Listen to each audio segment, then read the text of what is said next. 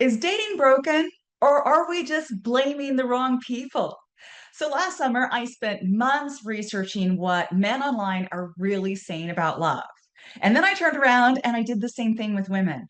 And what I found stopped me cold. In this video, I am pulling back the curtain on what's really going wrong in modern dating and how both men and women are being pushed into taking sides. Hey, I'm Amy, and you're watching Your Brilliance TV. So last summer, I spent some months researching what men online were saying about love and relationships. And the fact is, a lot of men are opting out of the dating game because they just don't think it's worth the effort. They're finding that they have to be the ones making all the effort. Women won't initiate or even show they're interested. They're finding it frustrating to deal with all the ghosting and the flakiness. They're often unclear about women's intentions because the women they're meeting aren't even clear about what they want or whether they're even interested. And these men think that women have too high of standards when it comes to things like height, income, and lifestyle, especially when the women aren't much of a catch themselves.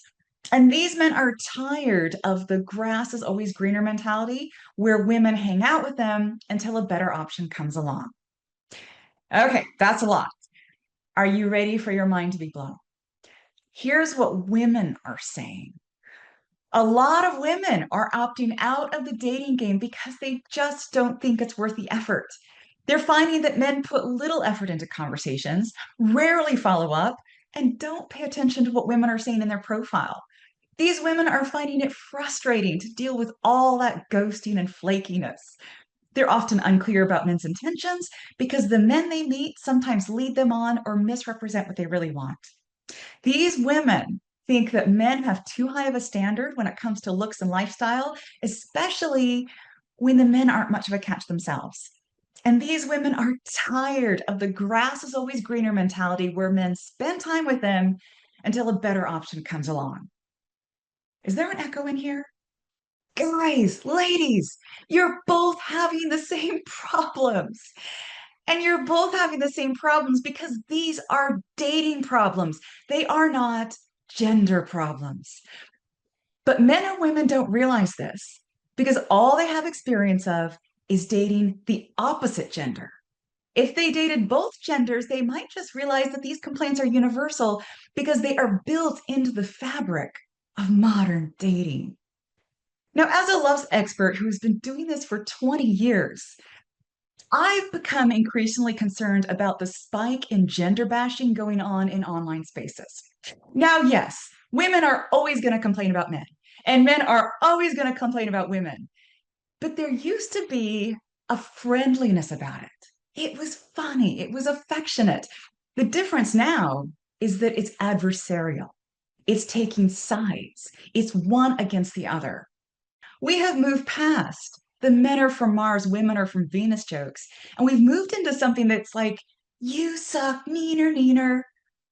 Some of the loudest men online don't even want to understand women. They just want to condemn them. And yet, they still want relationships with AI because an AI girlfriend is obviously better than a faulty real life woman. Now, I am all for opting out of dating. I don't think it makes sense for everyone anymore. Single life has actually never been better. The freedom, the independence, the opportunity singles have is unprecedented. So if a relationship isn't making your life better, you actually don't need it.